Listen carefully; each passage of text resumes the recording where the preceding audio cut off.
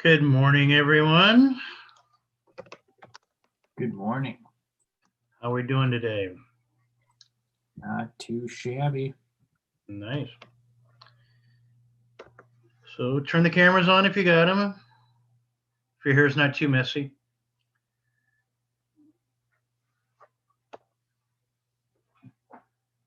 Or if you're wearing a hoodie, you can do that.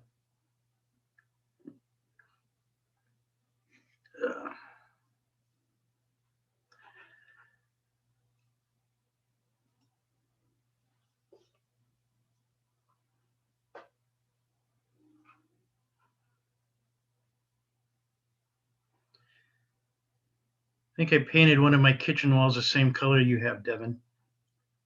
That burgundy red color.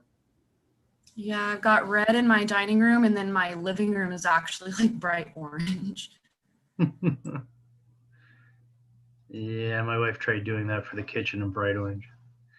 Didn't work out. I've spent so much time inside during the pandemic that I'm honestly sick of it. Like when I move, I told my fiance I'm never painting it this color again, ever.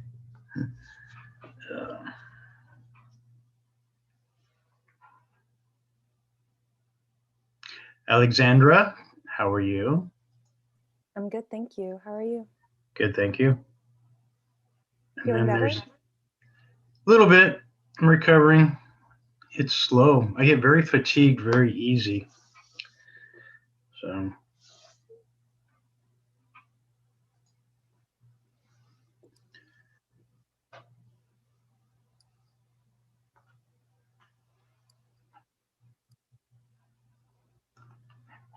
and then we have an Alexandria and then an Alex in this class too, I think.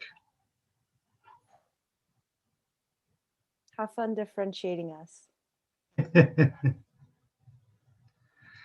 All right, we'll give me a few more minutes. Seems that people are still sleeping in. Yep. And when I was in school, I didn't have a class before noon. Of course, I worked until 1 and 2 o'clock at night, but sometimes 3.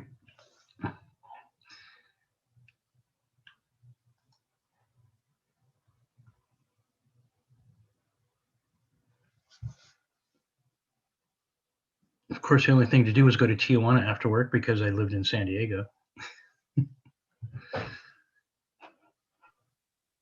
I also lived in San Diego for a bit, and I second that.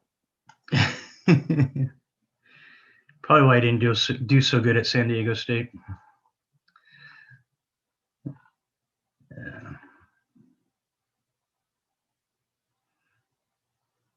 think we got voted number 4 party school when I was going to school there. Those Sun Devils beat us out, I tell you. What about Chico State? Wasn't Chico State the number 1 party school running? Yeah, actually, yeah, I think they were number 1. Arizona State was number 2. I forget who was number 3. We were like number 4 or 5. They really cracked down on it. Now I think ASU is the number 1, and then Chico's not even on the list anymore. Yeah, San Diego State got rid of most of their sororities and fraternities because of that, and then they had to rebuild them. So the strangest thing is when I was living up there, the biggest day to party was Cesar Chavez. That's funny. Party, it was Cesar Chavez Day, I guess. I think at San Diego State, the biggest day to party was Thursday. Thursday. It was Margarita Thursdays in my dorm room. I think I burned out 3 blenders that year. Oh my gosh, you guys sounded like you had fun. Yeah, I paid for it though. Vitamix has a lifetime warranty. They didn't have those back then. That was a long time ago. All right, shall we get started? Any questions, concerns? Enough of the small talk about my days of partying at San Diego State.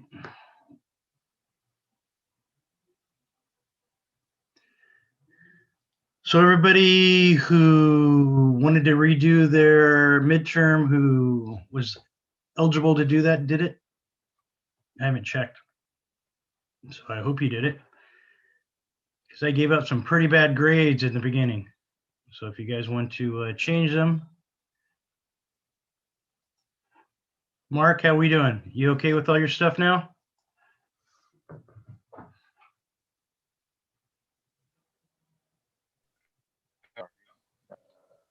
Good to hear.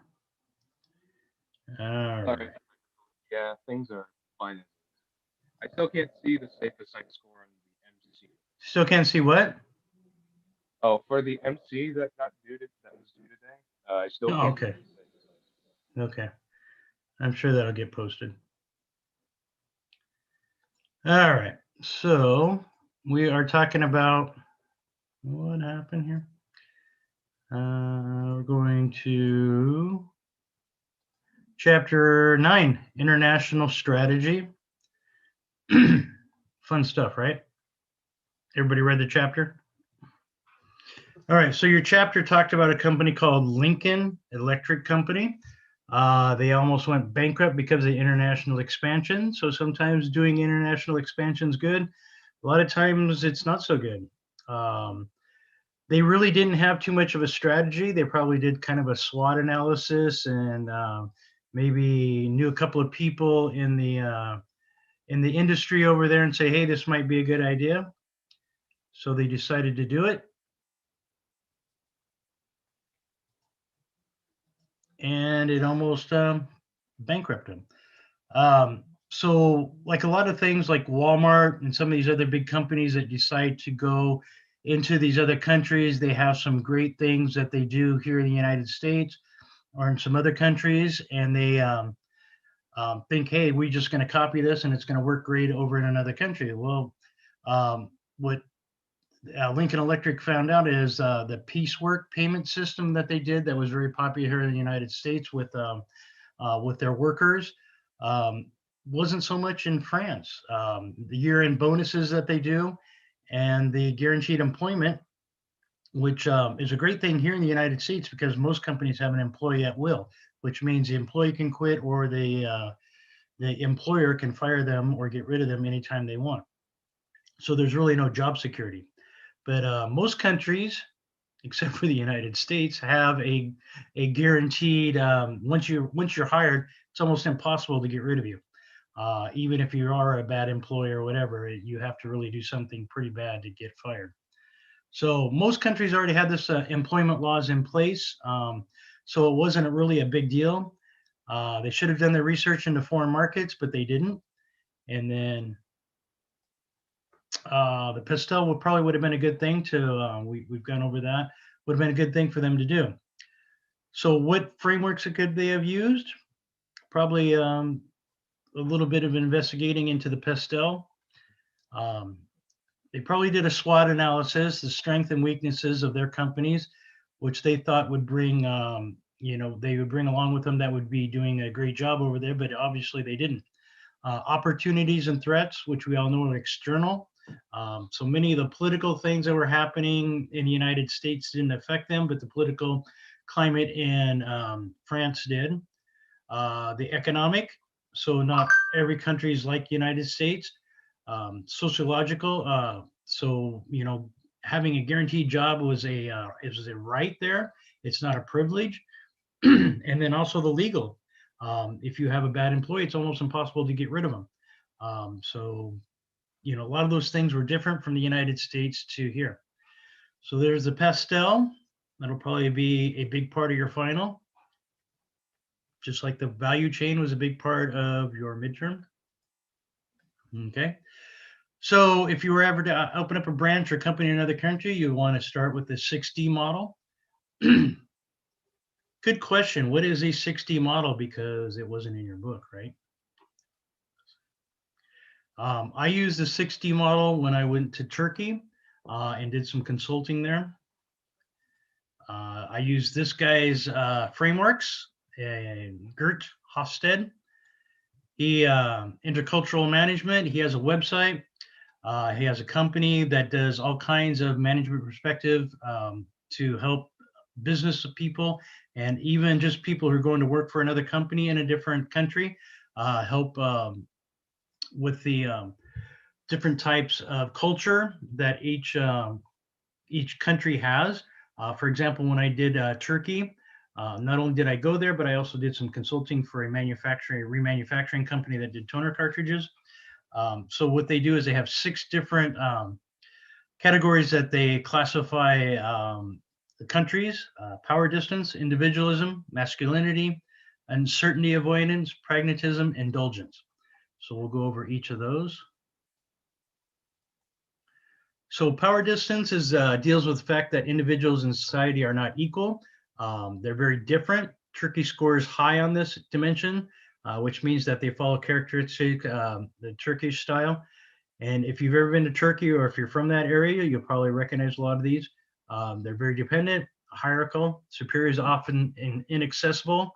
The boss is more of a father figure, and that's really in a lot of different countries. That's not a very unique thing. There's a lot of different countries, and the people feel more that way. Power is centralized, and managers rely on their bosses and rules. Employees expect to be told what to do and how to do it. Control is expected. Attitude towards managers is very, very formal. So many, like the Asian cultures, are very formal when it comes to boss and employee relationships. So it's many different countries. It's not just Turkey. Okay. Individualism, the degree of independence of a society mainstreams among its members, whether it's people's self-image, is defined in terms of I or we. I always say we, even though it's me individually. I always say we. I don't know. It's just a habit I've gotten into, especially working for myself and a company. So when somebody always asks for a favor because they know you on the company, and I say, well, I have to check with the other people on this, but it's something that I always get used to. Turkey has a score of 37. It was a collective society. That means that we is important. People belong to in-groups, family, clans, organizations who look after each other in exchange for loyalty. So it's very community-based. Harmony of the group is very important to maintain. Open conflicts are avoided. I worked with a group of Chinese students one time to do a group project, and that was probably the best group I ever worked with. We had a great relationship. We all worked very well together. So that was something that I wasn't used to because I worked with a bunch of gringos all the time. Well, most of the time. But so it's always it's always the infighting in those groups. It's terrible. But that was the best group project I ever did. Relationships have a moral base that always has priority over task fulfillment, which is good. Time must be invested. Okay, nepotism may be found more often. And for you, those who don't know what nepotism is, it's hire your relatives. All right, masculinity, excuse me, indicates that society will be driven by competition, achievement, and success. A low score, feminine, and I didn't do these, by the way, so don't go off on me in masculine and feminine. Low score, feminine, on the dimension means that the dominant values in society are caring for others and quality of life. So Turkey scores 45, which is the feminine side of the scale. They appreciate the softer aspects of culture, having dinner together, things like that. Leveling with others' consensus. Sympathy for the underdog. They really love the underdog, and many cultures do, even the United States. Conflicts are avoiding in private and work life, so they don't have open conflicts. Leisure time is important. And that's something I think we've lost sight of here in the United States is leisure time. But I think a lot of people are getting maybe too much leisure time now, having to stay at home. All right. Uncertainty avoidance. How to do with the way that a society deals with the fact that future can never be known. Should we try to control the future or just let it happen? Turkey scores 85 on this dimension. That is a huge for laws and rules. So they like their rules, they like their laws. Foreigners might seem religious with many references to Allah, but often they are just traditional social patterns. So they're not fanatical. What many people would think like, oh my God, that kind of thing. To maximize anxiety, people make use of a lot of rituals. Okay, so habits and rituals. In the United States, we do some of the same things. So if you were to go from New York to Alabama, you would think you were in another country sometimes. It's so bad. The culture is so different. The way of life is so different. So pragmatism describes how every society has maintained some links with its own past while dealing with the challenge of the present and future. Societies, priorities, these two essential goals differ. Turkey scores 46, was in the middle of the scale. Countries like India are starting to score very, very high on this, where they're starting to have more entrepreneurs. They're starting to create more types of independent jobs. So high scores take a more pragmatic approach and encourage thrift and efforts in modern education as a way to prepare for the future.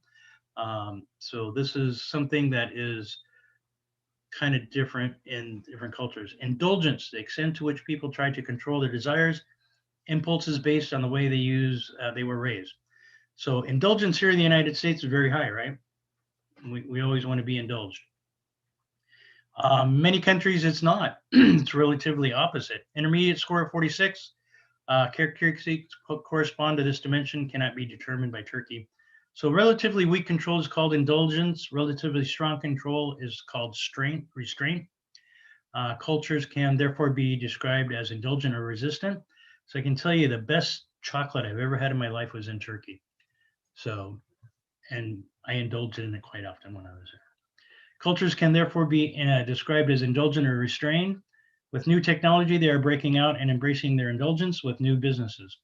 And India is also a country that is starting to do that. So questions about that is not in our textbook. If you want to learn more, you can go to Gert's website and learn about this. I did use this when I went to Turkey. It was a great help to me. Especially after I got there, I kind of went, oh, now I understand. So it's something that you have to kind of experience a little bit of, and you can read about it all you want, but if you have never experienced it, you're not going to know what they're talking about. Questions, concerns? Shall we move on? Okay. Are you So your gonna book. have? So Yes. sorry, Professor. You're gonna have the 60 on the final. It'll probably be integrated some way. Okay. What website did you say we could go to learn more? I'll have to post it, but you can Google this guy right here, Gert Hofstede. Okay. Thank you so much. You're welcome. And it's called a distance model. And now we're going to go over what your book has for the distance model. Okay. Okay, Yolanda, can you please mute your mic, please? Sure. Sorry about that. That's right. Thank you.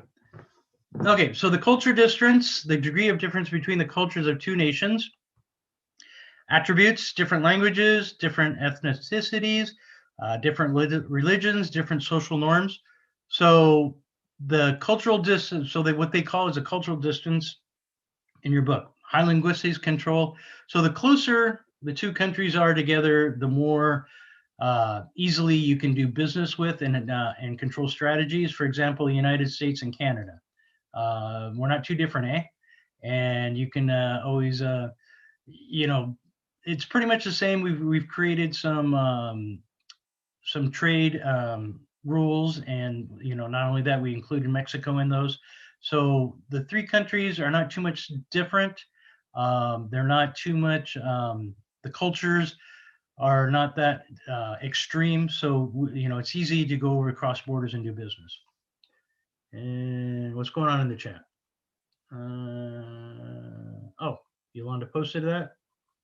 Why don't you post it for everybody, Yolanda? Post what? The name of Oh, yeah, the website. Okay. Thank you. All right. All right, administrative difference, differences between the legal and regulatory frameworks of two nations. So basically what it is, the currency, the laws, absence of colonial ties, absence of shared monetary system, political hostility, government policies, institutional weaknesses. For example, the euro is, shared among many different countries to help do that. But you notice that euro is all in one area. And then, they still have the pound in England, and some of the other European countries still have their own currency. South America did not take on the euro. South America uses, many countries use the dollar still. So you can see how the administrative distance is beneficial for some countries that are very close together as opposed to others that are far apart. Producers of staple goods, producers of entitlements, large employers, large suppliers to government, national champions. So those are the administrative differences that your book talks about. And then geographic distance, obviously the closer that you are geographically, like United States and Canada, the more things you're going to have in common. Physical remoteness, lack of common borders, lack of sea or river access, size of the country, weak transportation, infrastructure, and difference in climate. Obviously, all those things are going to affect you geographically. If you are in Greenland, which is icy, and Iceland, which is green, and you're in, the Bahamas, you're obviously going to have a different geographical distance, and not all products are going to be the same. So low value to weight ratio, fragile or perishable, communication or connective importance, local supervision important. So a lot of these attributes, the physical remoteness, for example, Coca-Cola, when they go into a country or expand into a new market, Coca-Cola doesn't do it themselves. They hire a distributor or a distribution center. So they make it, they make the product according to Coca-Cola or to the local taste. This was very big when they went into Africa. And so what they did is you have a local distributor who actually owns the right to franchise Coca-Cola. They make the formula with Coca-Cola's help, and they franchise to the taste of the local population.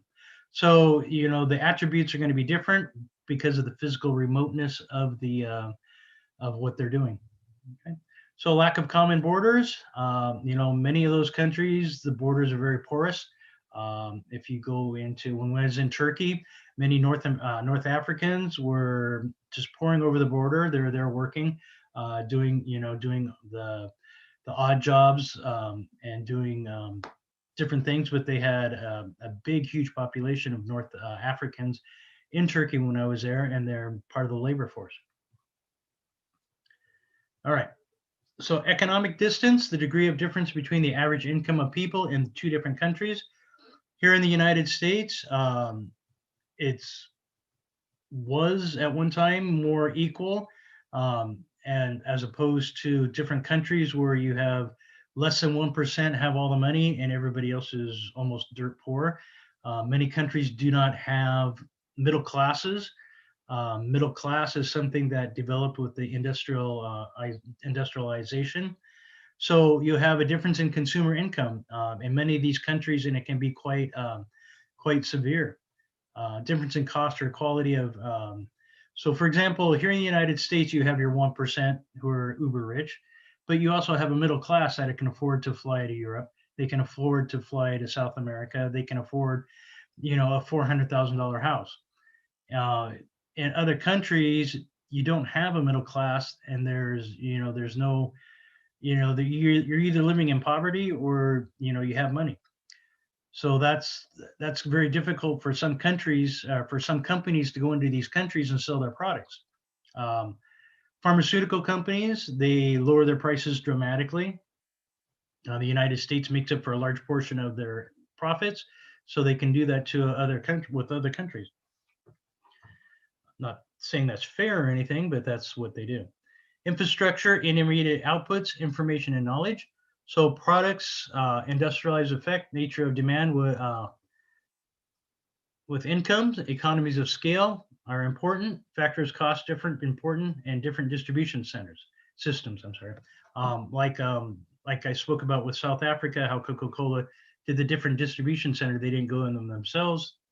They brought in they helped another company create the manufacturing. All right, foreign direct investment in production or business in one country by business from another country. Multinational firms, that sell or produce in multiple countries.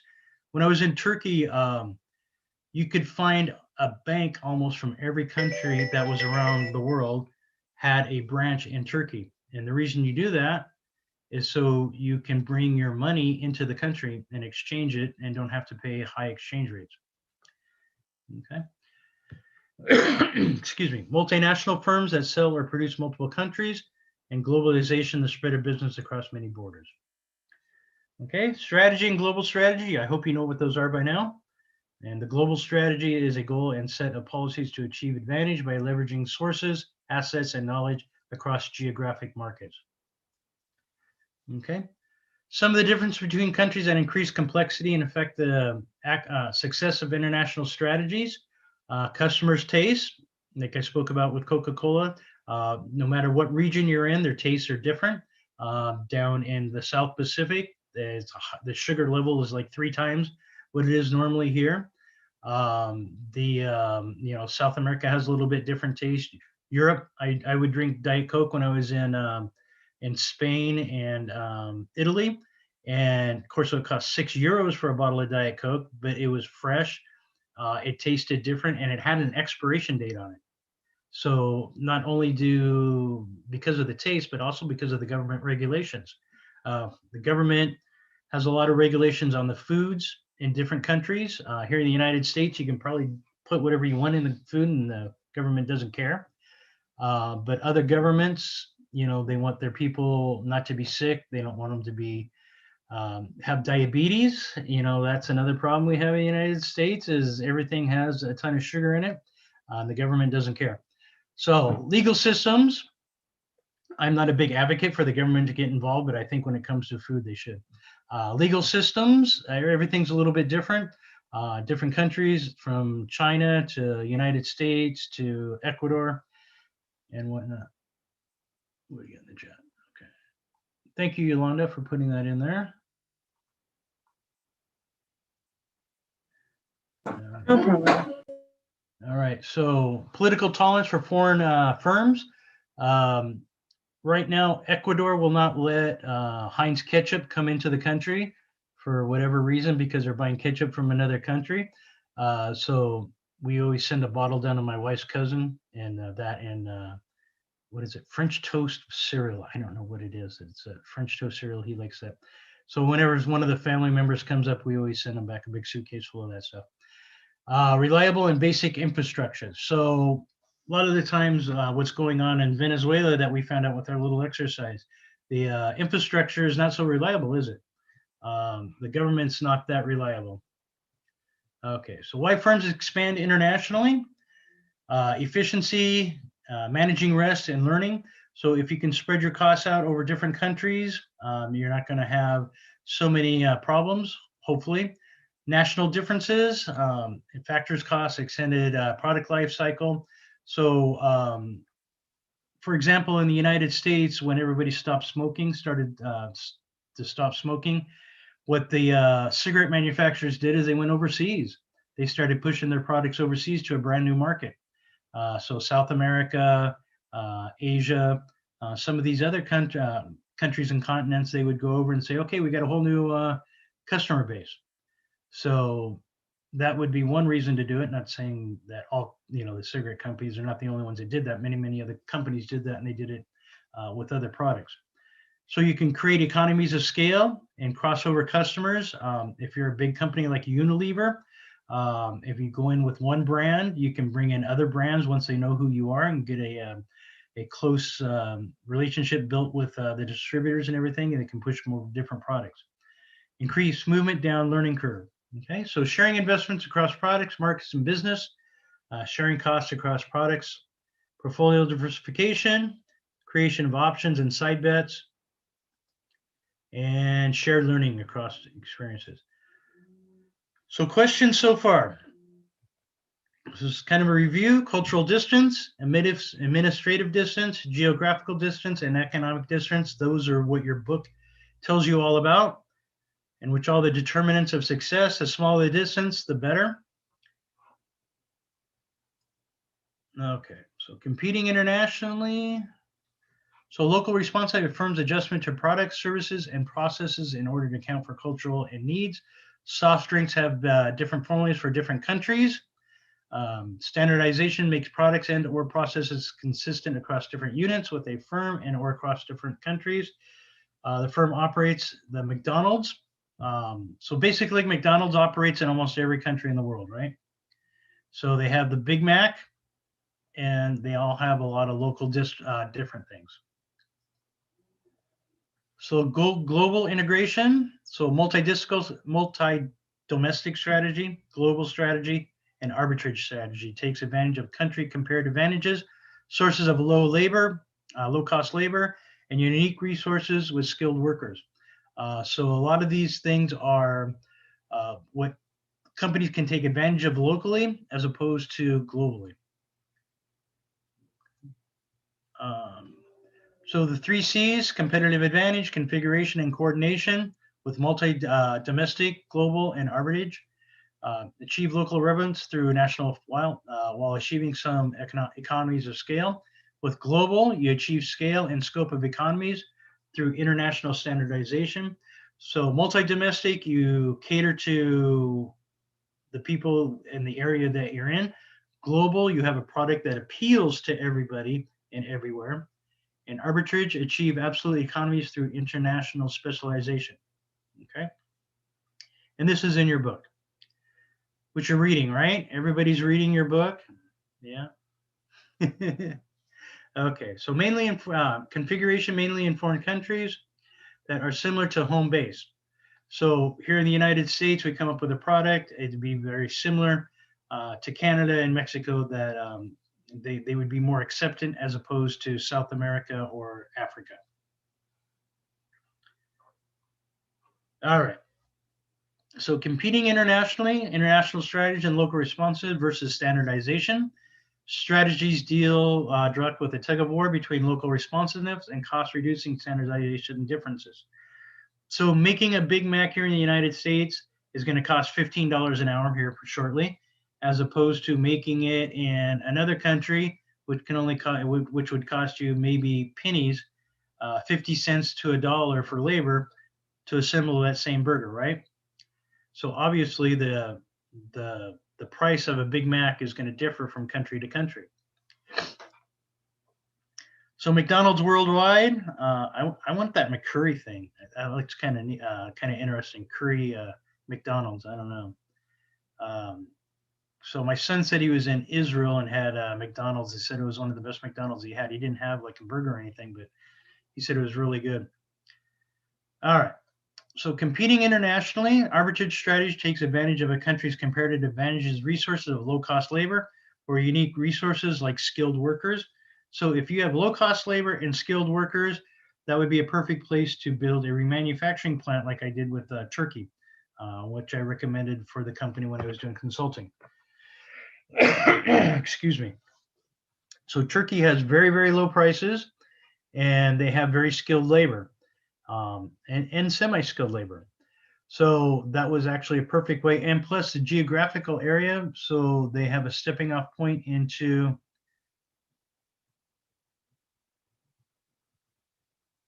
okay, I'll be with you in a moment on that, Joyce. So when they so I forgot what I was saying now.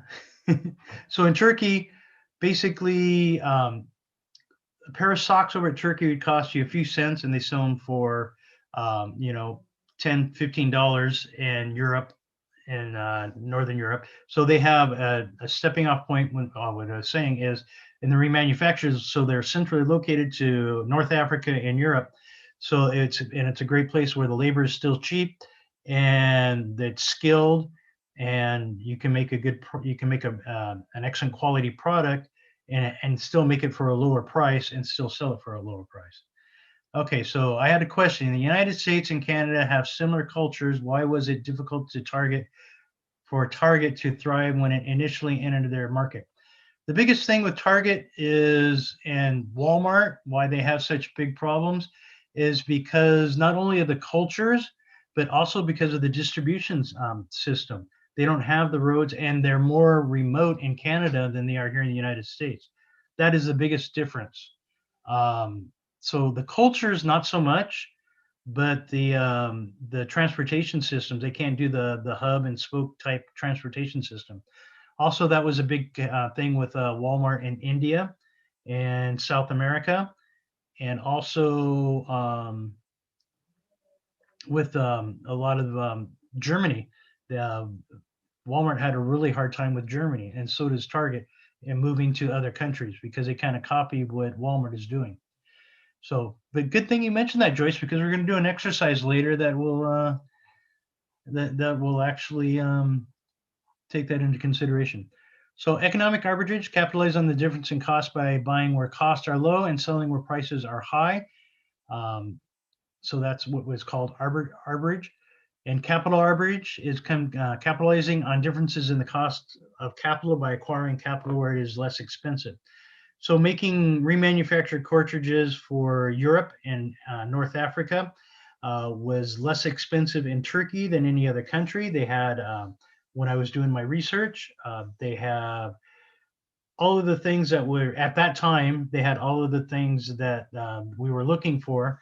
Right now, it is a little bit, a lot of unrest there. There's a lot of things going on that probably wouldn't make it ideal, even though the labor is still inexpensive and cheap. You'd probably go to a different country.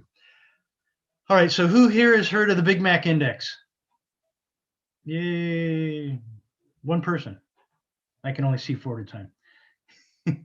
Let's scroll through. Everybody else has their camera off. You guys are no fun today. All right, so the Big Mac Index is an index created by economists that is based on the theory of purchasing power parity.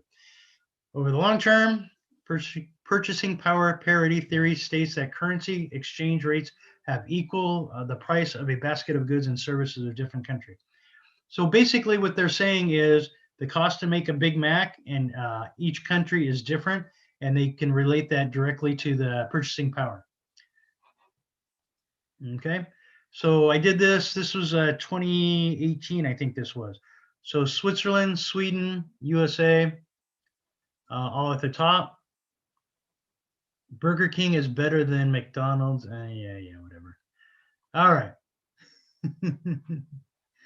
That's a blatant lie. Yeah, I'm gonna stop reading the chat box. Okay, so I'm not saying who's better and who's worse when it comes to burgers. I'm just saying the economists took this and ran with it. So South Africa, Russia, which is kind of surprising, India, China, and Japan. Those are all industrialized countries, but the cost seems to be lower. So let's see what they've done in 2020.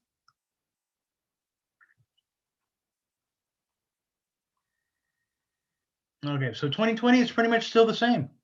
It hasn't changed too much. Switzerland, United States are still up at the top. Russia and South Africa are still at the bottom. So, you have to have a major industrial revolution in order to change something like this. Even though some of the companies are industrialized, like Japan, South Korea, United Kingdom, they're still relatively low. India and China are coming up, or moving up on that. All right, so cultural arbitrage capitalizes on difference in culture between countries by actively using the culture of one country as a selling point for products being marketed in another country. So obviously here in the United States, we don't make too many wooden shoes, right? But they have them and sell them here. Administrative arbitrage, capitalizing on differences in taxes, regulations, laws between countries by operating where they are below or more lax. Ireland's rate, I have a friend who does international taxes. He would go over to Ireland and open up companies for these companies that do sales in Europe, and they would put all their money in Ireland because the rate is 12.5. So instead of bringing it back to the United States and paying an extra 20% tax on it, they would just leave the money in Europe, in Ireland. We used to, I think the US is 21 now. We used to be at 35. Which would keep a lot of companies from bringing their money back to the United States, and two, from opening up plants and sales headquarters here, because who wants to pay 35% tax when you can pay 12%, right? That's quite a bit of a difference, especially when you're talking millions and billions of dollars. So that was one of the things, one of the few good things that has happened here in the United States is we brought the tax down. So the corporate tax is not as bad as it used to be, not as good as it could be. So in many countries, when you're competing internationally, you want to stay away from the high taxes. Look at France is almost 35%, 34.4%. So have you ever heard of a company moving over to France? Not really, because it's really expensive. Not only that, the labor laws in France are, that's what the Lincoln company had such a hard time with. They're saying, wait, we have to guarantee a job for this person for life. We have to, do all these kinds of things. That's, it almost bankrupted them. So these are the different things that companies use to make a decision. Great Britain's at 20%, which is lower than most of Europe. But if you go into the Netherlands, they're up in the low 20s too. So all of these things are things that you need to consider as a company when you go into other countries. For example, Nike, when they sell in Europe, they leave all their money in Ireland. Okay, so all of these countries that when they sell their product in France, they pay their 34% tax to France. They move their money to Ireland and they have to pay 12% on it. Or actually, they don't have to pay 12% on it. If it's anything over what the country's tax rate is, so there's nothing lower than 12%, so they don't have to pay anything. But if they were to move from Ireland to France, they would have to pay the difference between the 12 and 34. Okay, and that's the thing in the United States too, why a lot of these Apple, Nike have billions of dollars sitting offshore that they're not going to bring back to the United States to help build with their corporate infrastructure or expand here in the United States, because they'd have to pay an extra 20% tax on that money they brought over that they already paid tax on in Europe or in South America or Africa or wherever they were. Excuse me. Competing internationally, a company competes only in a few foreign markets. It is an international competing internationally. Competing globally, they compete everywhere. Okay. So questions, concerns, what do we got going on? Discussion questions every Friday. You guys already know that, right? No class on Monday. It's a holiday. Woohoo. You still have to turn in your MCP from chapters 9 or 10. So Monday, you have to turn them in before 9 o'clock. You can turn them in Sunday. Feel free to turn them in Saturday. Friday's always available. All right. Since you already read the chapters, right? All right. So Carrefour buys Super Nespresso. I don't think we're gonna. Yeah, we'll have time to do this. Okay. So Brazil, Carrefour Brazil signs a deal with family-owned Super Nespresso supermarket chain. So who are these companies? So speaking of supermarkets going into different countries, how is this company going to do it successfully? What kind of alliance is this? Tell me about the 3 C's as it relates to the new relationship, and how are they creating value in their alliance? So we've saw an example where Target, Walmart are unable to go into other countries. What makes Super Nesso supermarkets so successful that they can go into Brazil from Europe? All right, I will share the link with you. Oh, I forgot to get the link. Hold on a second while I go get the link.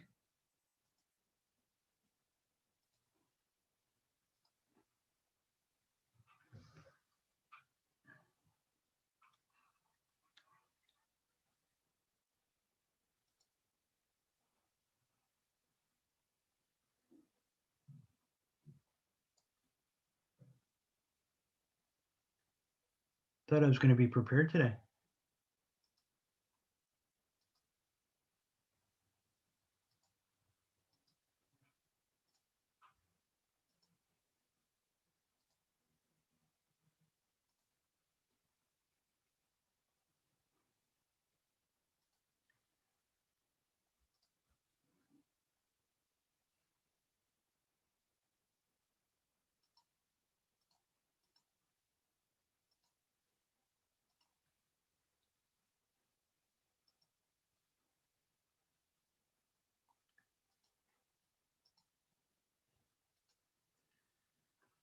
All right, here we go. All right, so that's the link to the document. I want you to quickly read it. Think about it. If you need to do a little bit of Googling, you can, but most of the stuff is in Portuguese. So I want you to think using what we just talked about. Excuse me. And the other things that we've talked about, and I'm going to put you into groups, and you know the drill, right?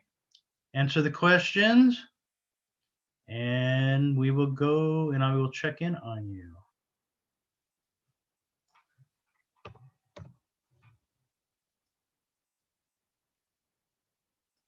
There you go. I will see you shortly. Wait, I think you might have sent it privately. Did I send it private? I hate it when that happens. There we go. Everybody. Oh, that's everybody in waiting room. What the heck? Why did that change it? Why is that? Everyone in meeting. Let's try this again. It's Monday. I'm running a little behind. Okay. See, even I'm not fully functional on Mondays.